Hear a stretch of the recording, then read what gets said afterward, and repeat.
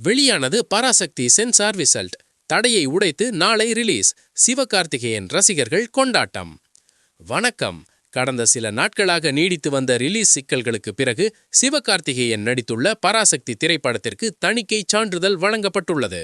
நாளை இந்த படம் திட்டமிட்டபடி திரையரங்குகளில் வெளியாகிறது.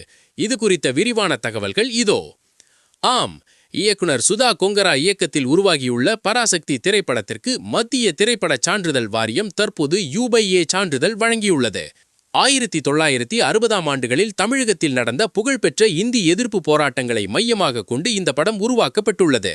வரலாற்று தரவுகள் மற்றும் காட்சிகளில் சில மாற்றங்களை செய்யச் சொன்னதால் சான்றிதழ் கிடைப்பதில் தாமதம் ஏற்பட்டது. நடிகர் விஜயின் ஜனநாயகன் படத்தைப் போலவே இந்த படமும் பொங்கல் ரேஸிலிருந்து விலகிவிடுமோ என ரசிகர்கள் கவலையில் இருந்தனர். ஆனால் தற்போது அனைத்து சிக்கல்களும் முடிவுக்கு வந்துவிட்டன. படத்தின் ரிலீஸ் குறித்த அதிகாரப்பூர்வ அறிவிப்பு என்ன?